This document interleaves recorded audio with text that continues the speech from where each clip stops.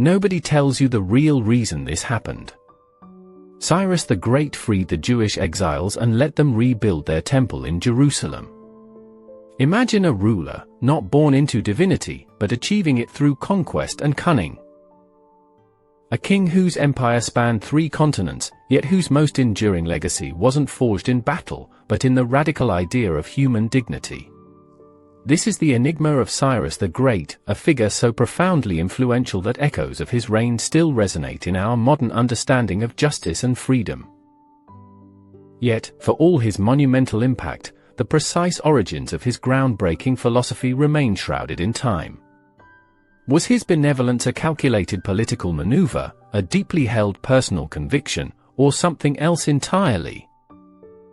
We'll journey through the sparse records and enduring legends to uncover the truth behind the man who built an empire unlike any before, and whose true motivations for introducing what some call the world's first Charter of Human Rights are still debated today.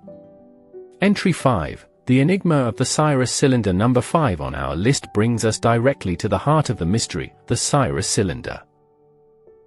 Unearthed in 1879 by Hormuzd Rassam's team during excavations of the ancient city of Babylon, this small, barrel-shaped clay artifact measures approximately 22 centimeters, about 8.7 inches, in length. It's not a grand monument, but its significance is monumental, containing a cuneiform inscription commissioned by Cyrus the Great himself following his conquest of Babylon in 539 BCE.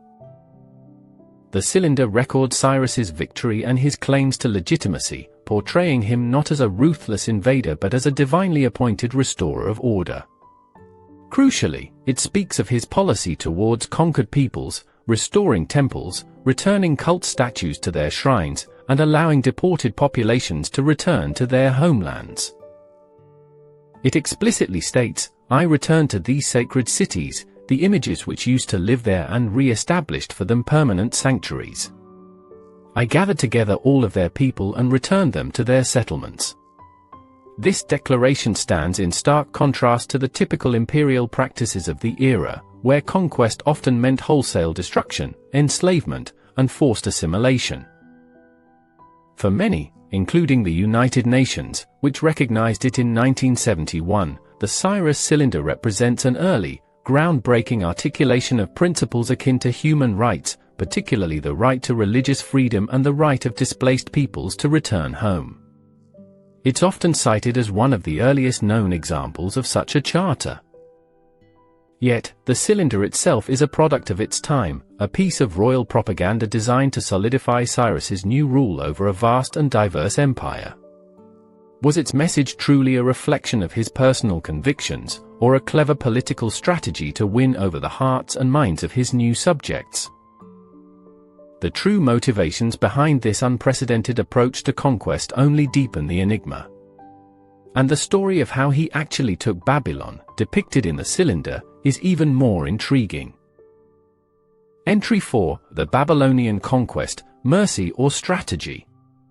Number 4 on our list, the Babylonian Conquest, Mercy or Strategy, takes us directly to the pivotal moment when Cyrus brought his burgeoning Achaemenid Empire to the gates of Mesopotamia. In 539 BCE, the Neo-Babylonian Empire, once a dominant power under Nebuchadnezzar II, had grown complacent and internally fractured under its last king, Nabonidus. Nabonidus had alienated many of his subjects, particularly the powerful priesthood of Marduk, by favoring the moon god Sin and even moving cultic images from other cities to his new temple in Haran. This created a fertile ground for dissent, a weakness Cyrus was poised to exploit. The Persian army, already formidable, met little resistance. The ancient Greek historian Herodotus recounts that Cyrus diverted the Euphrates River, allowing his troops to march into the city along the dried riverbed, catching the Babylonians by surprise during a festival. Other accounts, including the Babylonian Chronicles, suggest a far less dramatic entry, possibly even an internal coup or a surrender facilitated by disaffected elements within the city. What is clear, however, is that Cyrus entered Babylon without a protracted siege or widespread destruction. His subsequent actions were revolutionary. Instead of pillaging and enslaving, Cyrus presented himself not as a conqueror, but as a liberator. The Cyrus Cylinder, unearthed in 1879, vividly describes how he restored the cult statues that Nabonidus had removed, allowing them to return to their original shrines. He also permitted various deported peoples, including the Jewish exiles, to return to their homelands. This policy sharply contrasted with the Assyrian and Babylonian practices of mass deportation and brutal suppression. Was this a genuine expression of enlightened rule, perhaps influenced by early Zoroastrian concepts of order and justice? Or was it a calculated political maneuver to secure the loyalty of diverse populations, transforming potential rebels into grateful subjects and administrators? The empire's stability depended on integration, not just conquest. The nuanced portrayal of Cyrus as chosen by the gods of his new subjects only deepens the mystery of his true intentions. Entry 3, A King's Divine Mandate, Marduk's Chosen? Number 3 on our list, A King's Divine Mandate, Marduk's Chosen, explores the theological implications of Cyrus's conquest. When Cyrus entered Babylon in 539 BCE, he did so not as a foreign invader intent on desecration, but as a restorer of ancient traditions. The Persians, under Cyrus, presented a narrative that resonated deeply with the local populace, that the Babylonian king Nabonidus had offended the great god Marduk by neglecting his cult and elevating the moon god Sin above all others. According to this narrative, Marduk himself had searched for a righteous ruler, found Cyrus, and called him to restore order. This was a masterful stroke of political and religious genius. The Cyrus Cylinder, our first mystery, explicitly states that Marduk scanned and looked through all the countries, searching for a righteous ruler, and named Cyrus, king of Anshan, by name, for kingship over all the world. It goes on to describe how Marduk took his hand and guided him to Babylon. By adopting this local religious framework, Cyrus skillfully legitimized his conquest in the eyes of the Babylonians, transforming himself from an enemy to a divinely appointed deliverer. He participated in traditional Babylonian rituals, ordered the restoration of temples, and allowed the return of cultic statues to their shrines, all actions designed to demonstrate his piety and respect for local customs. This strategy served multiple purposes.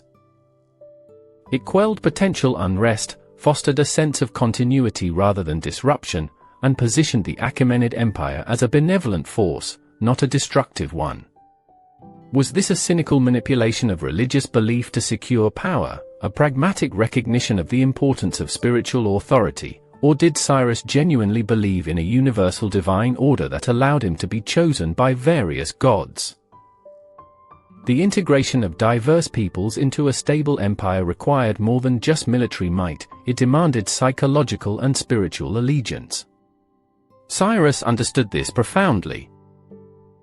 His actions set a precedent for future Persian rulers, who often adopted the titles and religious symbols of their conquered territories. But while his actions in Babylon were significant, what he did for one particular group of exiles would have even more far-reaching consequences.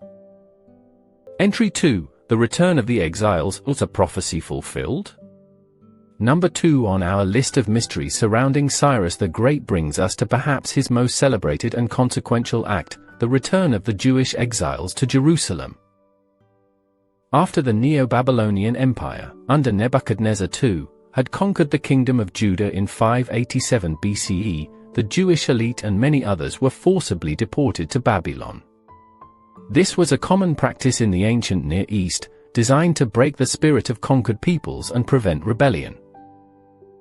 For decades, these exiles yearned for their homeland and the restoration of their temple. Then, in 539 BCE, Cyrus entered Babylon.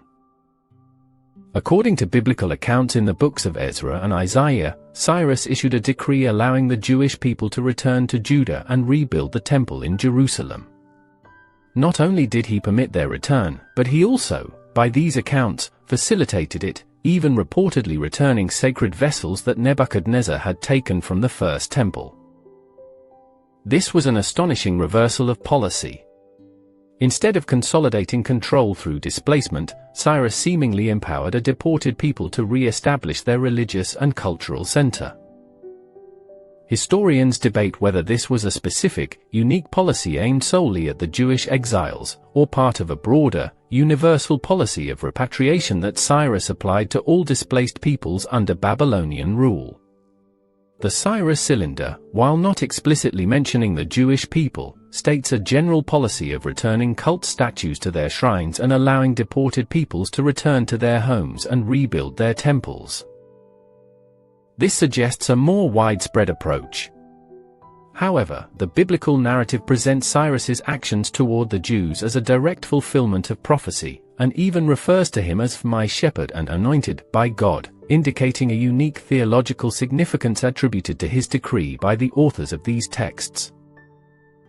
Regardless of whether it was a specific or universal act, the long-term impact was immense, enabling the rebuilding of the Second Temple and the continuation of Jewish religious and cultural identity that endures to this day. Cyrus's motivations, whether rooted in genuine benevolence, strategic statecraft, or a belief in divine mandate, remain a profound mystery, leading us to our final enigma. Entry 1, The Man Behind the Myth, a Legacy of Justice. Number 1 on our list, The Man Behind the Myth, a Legacy of Justice. So, what can we ultimately say about Cyrus the Great, the architect of an empire that stretched from the Aegean Sea to the Indus River? Was his revolutionary approach to governance, marked by religious tolerance, restoration of cults, and the return of displaced peoples, a calculated strategy for stability, or a reflection of a deeply held personal philosophy? Historians continue to debate this central question, yet the evidence points to a leader who understood the power of legitimacy and consent, rather than relying solely on brute force. The Cyrus Cylinder, with its decrees of restoration and respect for local deities, stands as a tangible testament to this policy. His actions in Babylon, presenting himself as Marduk's chosen, and his support for the rebuilding of the Jerusalem temple, suggest a consistent pattern, recognizing and integrating diverse cultures and beliefs within his vast empire. This approach was not merely pragmatic, it laid foundational stones for concepts that would resonate millennia later. While the term human rights is a modern construct, Cyrus's decrees and policies regarding religious freedom and the right of return for deported populations were radical departures from the norms of his era. He fostered a sense of belonging and agency among conquered peoples, arguably reducing rebellions and securing a more stable, long-lasting dominion than many of his predecessors. The legacy of Cyrus is not just in the empire he built, but in the paradigm shift he introduced. He demonstrated that an empire could thrive not through total annihilation of local identity, but through a policy of respect and accommodation. This vision, whether born of foresight or genuine conviction, cemented his image as a benevolent ruler, earning him praise in diverse historical and religious traditions. His reign offers a compelling, enduring puzzle, a conqueror whose greatest strength may have been his capacity for justice and tolerance, leaving us to ponder the true motivations of a man who truly changed the course of history. The aftermath. Number 0 on our list, the aftermath, brings us to the lasting impact of Cyrus the Great's policies. Following his unexpected death in 530 BCE, possibly during a campaign against the Masashtai in Central Asia, his son Cambyses II ascended to the Achaemenid throne.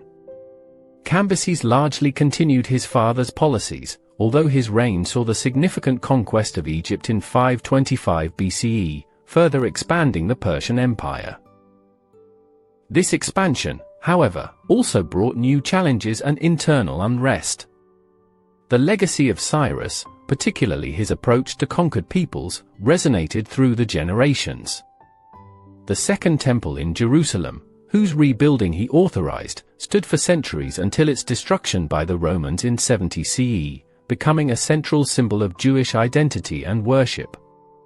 The Jewish people continued to thrive under Persian rule, with many remaining in Babylon and other parts of the empire, contributing to a vibrant diaspora.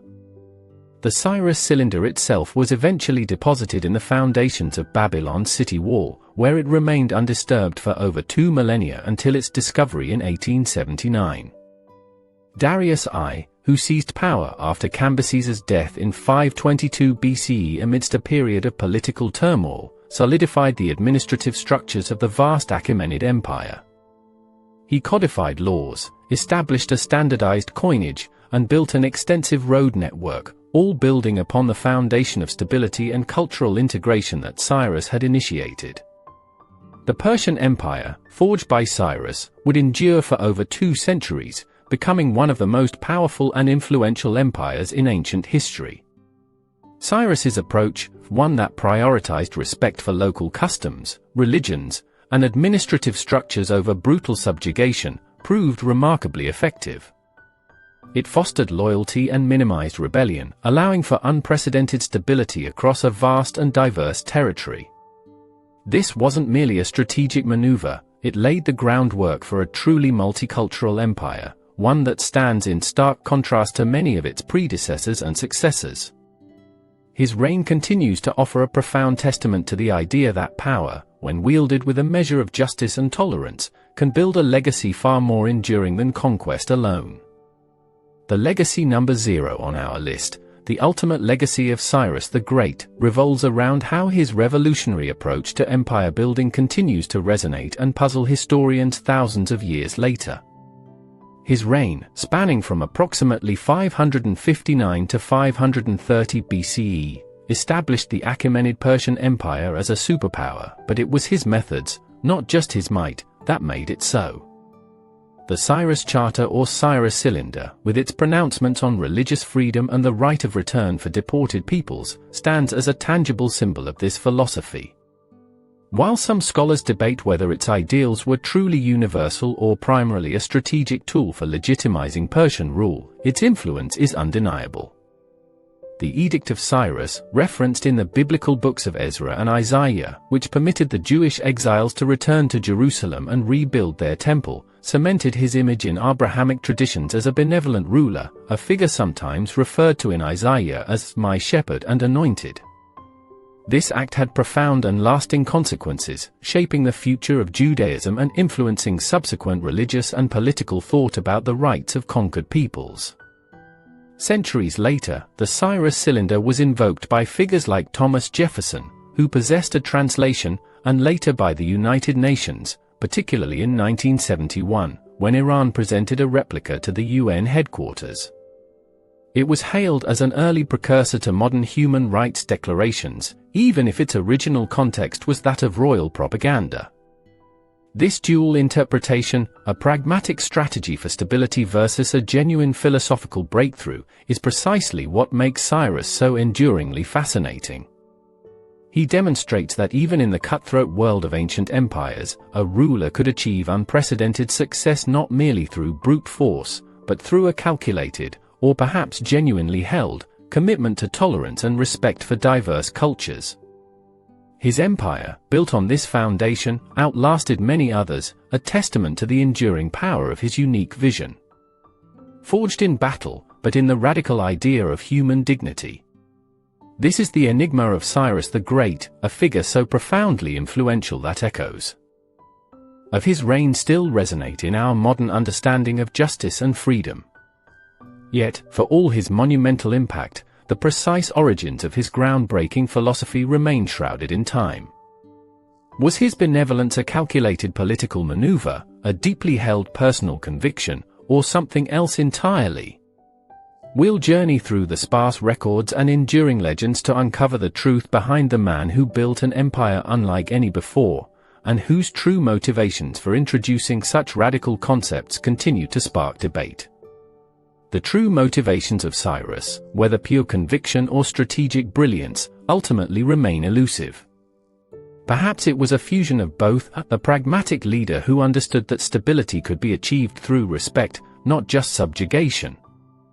What's clear is the enduring impact of his reign, reminding us that even in ancient times, the seeds of human rights were being sown. If you found Cyrus's story as compelling as we do, consider subscribing and sharing your thoughts on his legacy in the comments below.